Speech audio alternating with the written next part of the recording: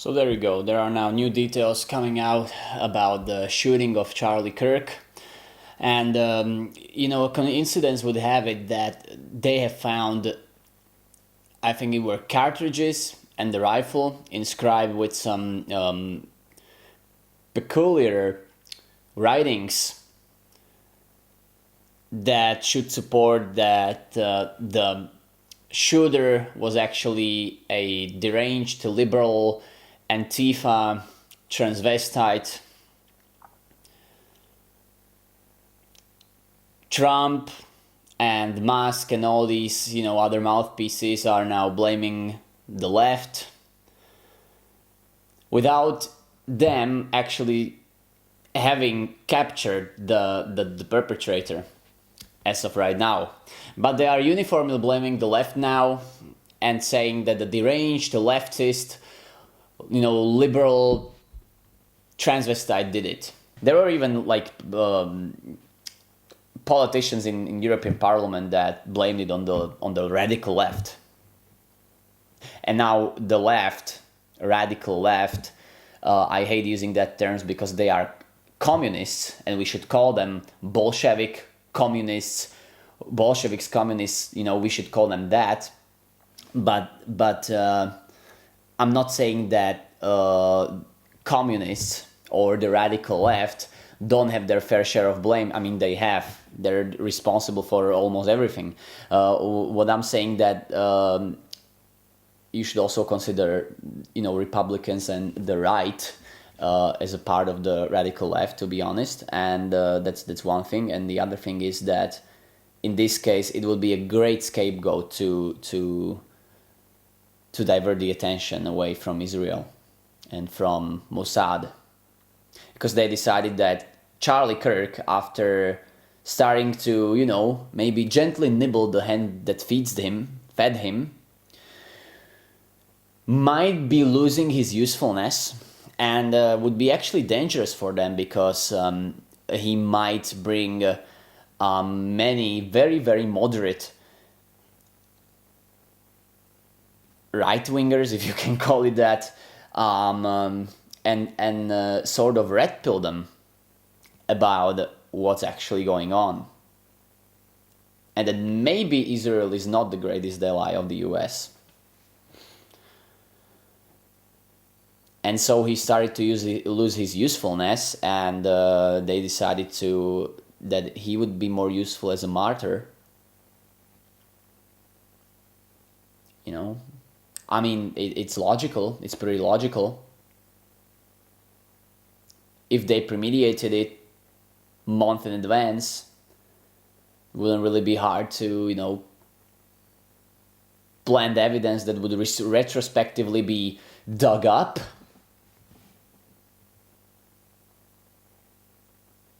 To make it seem like he was shot by a deranged lunatic, leftist lunatic.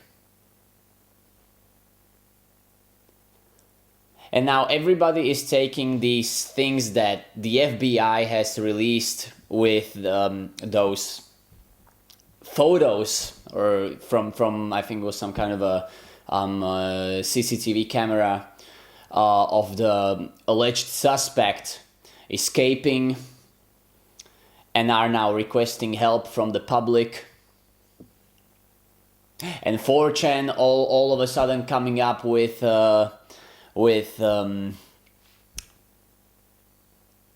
who could have done it and who is in that FBI capture photo.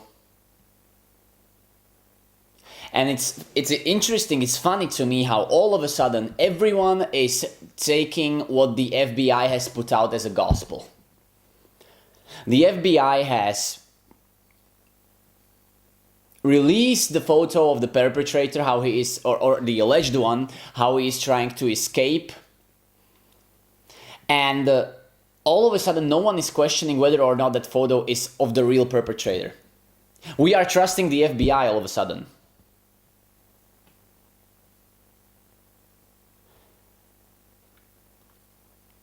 It's just baffling how in such a time of crisis, in time of of strong emotional response to a certain event,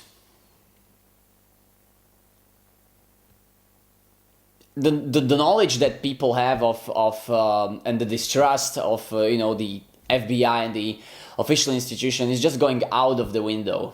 It just no one really thinks about that anymore. Oh, FBI released some alleged photos of the perpetrator, so that's it. Fortune found out his identity, and all of a sudden it's just legitimate.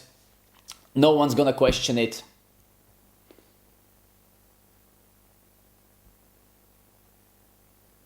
Antifa, pro-Antifa inscribings on the rifle and the cartridges.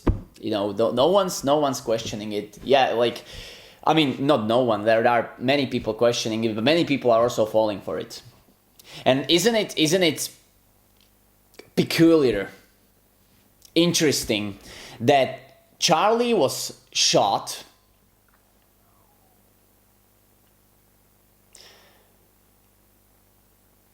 after he just last month started to question certain narratives around the nation that he defended, basically his whole political career.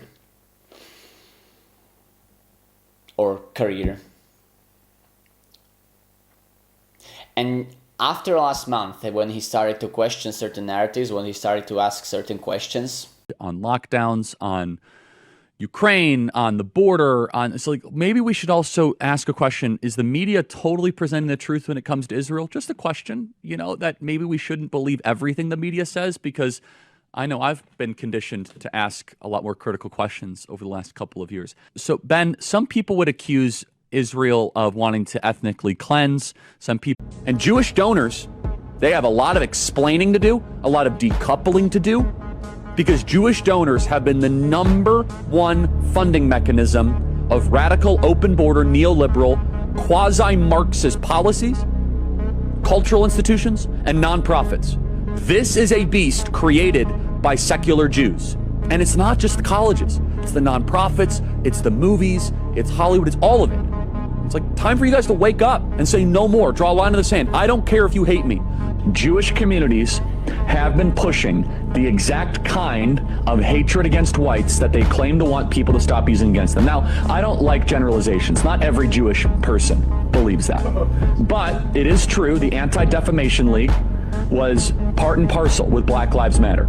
It is true that some of the largest financiers of left-wing, anti-white causes have been Jewish Americans. They went all in on woke, and it wasn't just ADL. It was some of the top Jewish organizations in the country. Tucker Carlson is completely correct by saying this, that the philosophical foundation of anti-whiteness has been largely financed by Jewish donors in the country.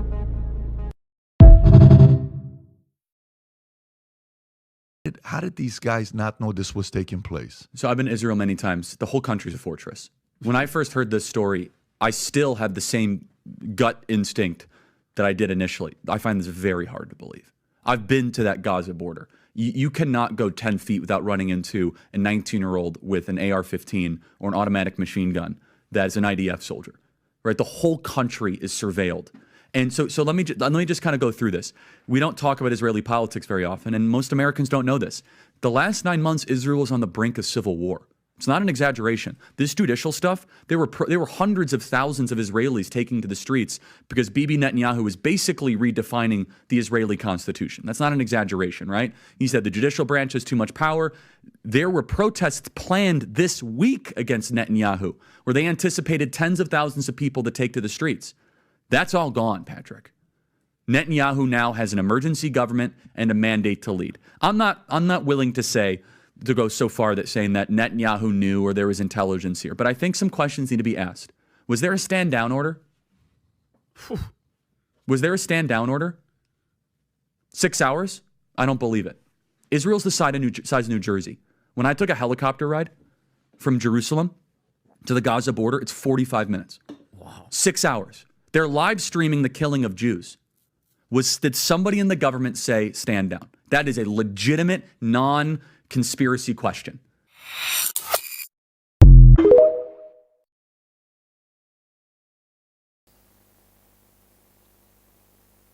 where it seemed like he is finally figuring it all out.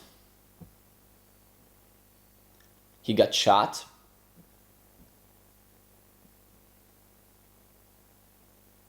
With Jerusalem Post commenting on it as the first one before any other American source, by the way. Hello, so this is me during edit. Since I recorded the video and then was got around to slightly maybe edited and then uploaded new information that came out, they arrested the alleged killer. They say that he was turned in by his father. I don't trust it one bit. I don't believe that that's actually the shooter. It's just it has the secret agency handwriting all over it.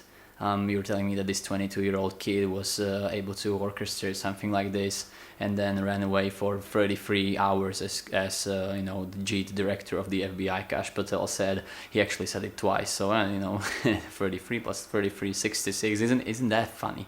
Never mind. Never mind. So yeah, newest info is that that they got him, and that this 22-year-old kid was able to do this all by himself. Now there are many irregularities with the rifle. This is my gripe with it.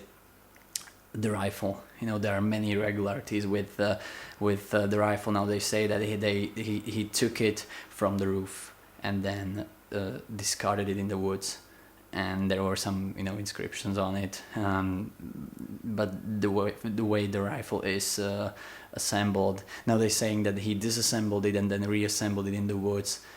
And the way the rifle is assembled and everything in the scope, it wasn't very well adjusted for shooting from the prone position. There's a lot of shady stuff. So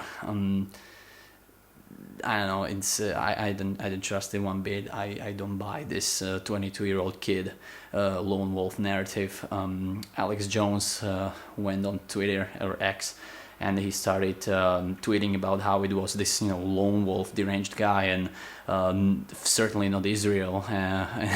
Alex Jones is a very known shield for Israel, so I'm really just more and more suspicious, and I don't really trust anything they're saying, as I will mention in the video, and neither should you.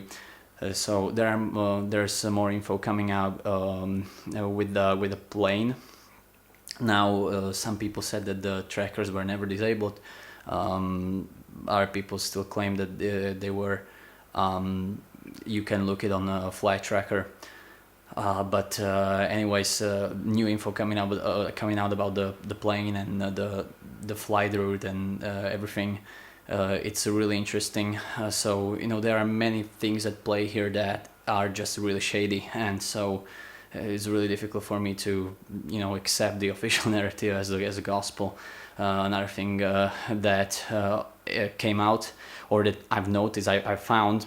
It's been going on, or it's been going around Twitter lately, is the alleged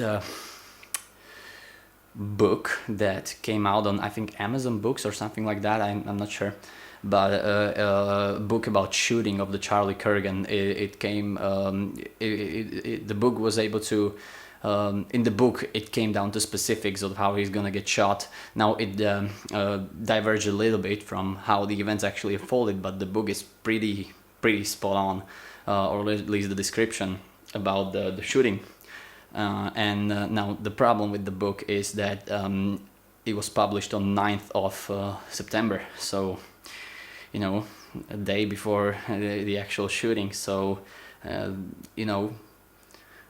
if that's true, was that 22-year-old boy able to do that? I mean, like, that's interesting, right? Almost as if it was planned. Also, no one is really questioning why there were two almost operative or accomplices at the scene that diverted the attention to them after a shooting, almost like they were ready to do that. So another very strange coincidence. So this lone wolf, there's a lot of strange coincidences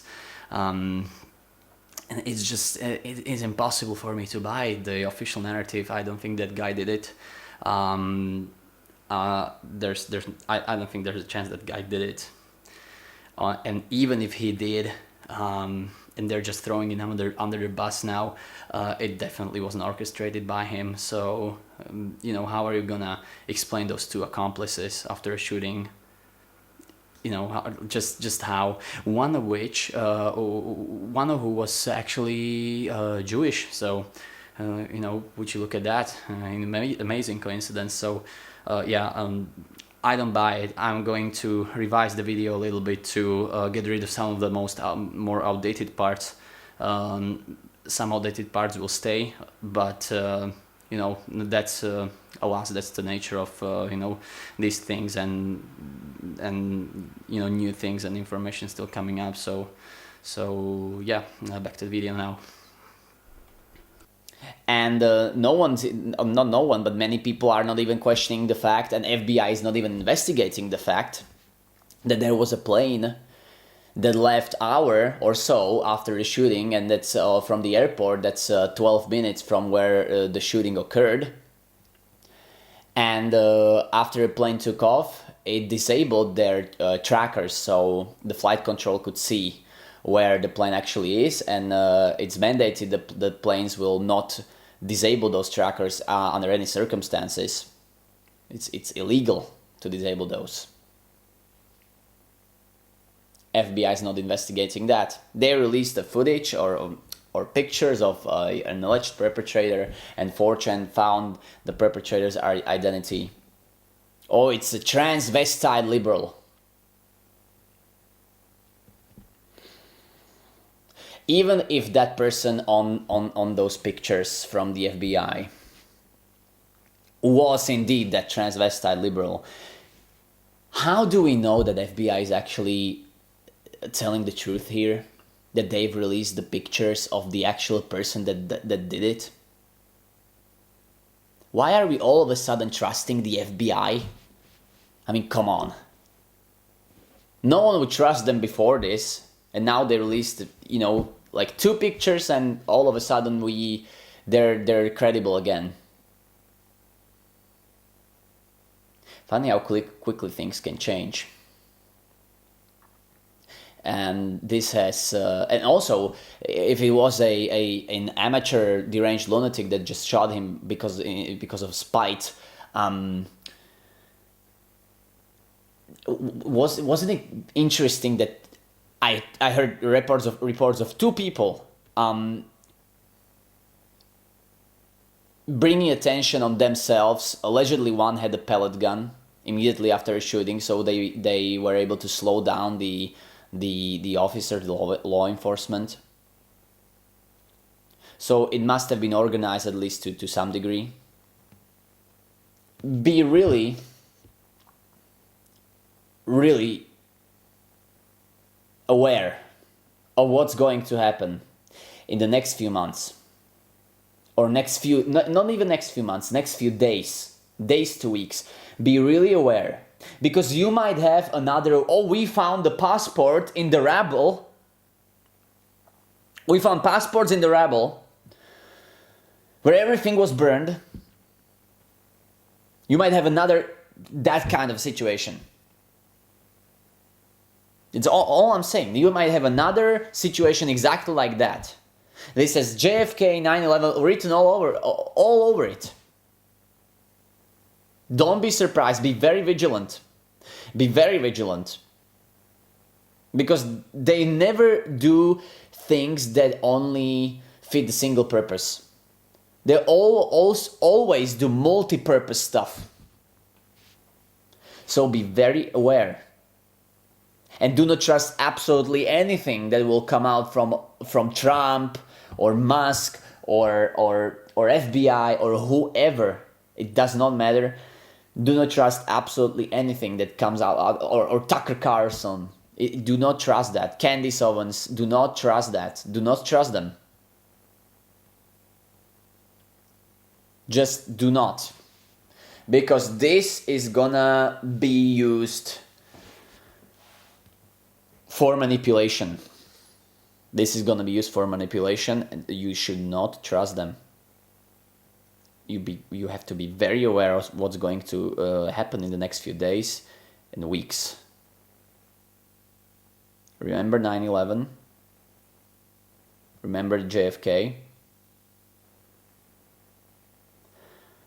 Remember even the USS Liberty? How those false flag psyops played out?